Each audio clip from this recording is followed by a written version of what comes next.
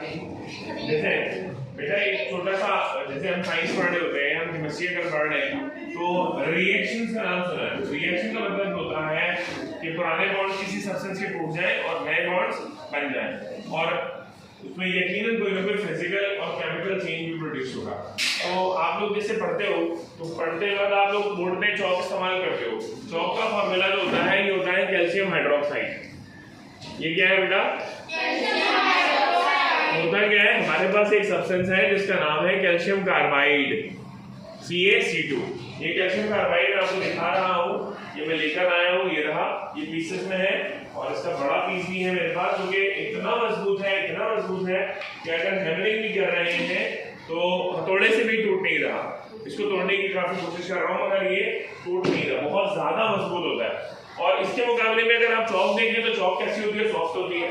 तो चौक जो है वो बेसिकली क्या है? Calcium hydroxide. चौक क्या है बेटा?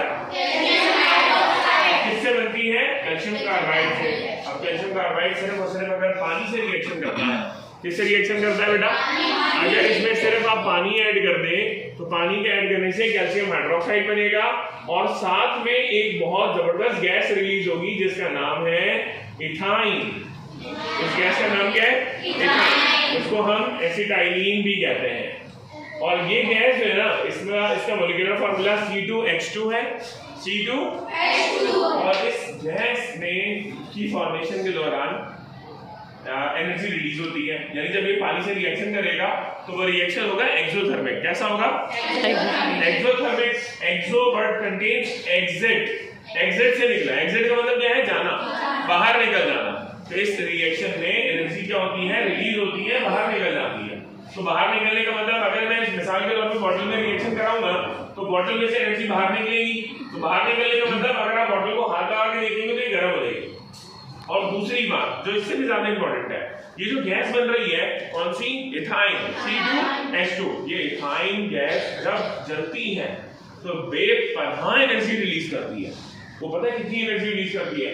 जिससे टेम्परेचर को हम 2800 डिग्री सेंटीग्रेड से 3500 डिग्री सेंटीग्रेड तक, यानी 2800 से लेके 3500 डिग्री सेंटीग्रेड तक का टेम्परेचर इंक्रीज कर सकते हैं।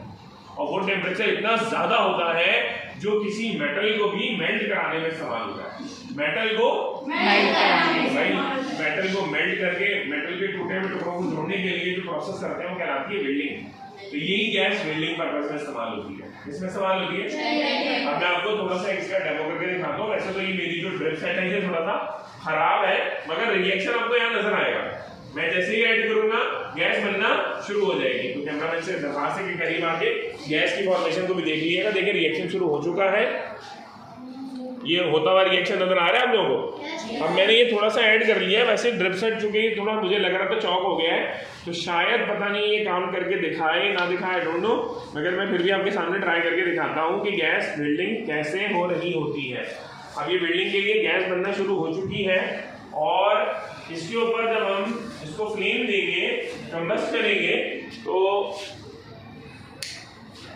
ये देखिए ये गैस अभी क्योंकि हवा भी है यहाँ पर, ये देखिए भाई थोड़ा सा अभी डिस्टर्बेंस है। अब ये देखिएगा,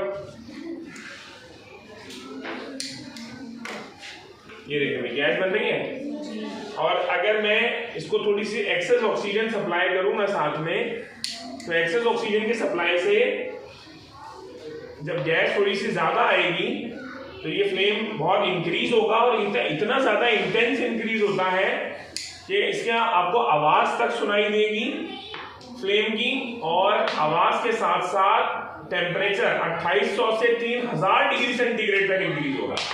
2800 से 3000। और ये टेम्परेचर इतना ज्यादा सफिशिएंट होता है। अब गैस बनना फिलहाल बंद हो गई है, मगर आप लोगों ने यकीनन देखा कि रिएक्शन कैसे हो रहा है। और रिएक्शन के अंदर मैंने आपको उसकी पूरी इक्वेशन भी बताई है कि ये जो चॉक जिससे आप सॉफ्ट मटेरियल है जिससे आप लिखने के लिए इस्तेमाल करते हैं, ये देखिए बेटा,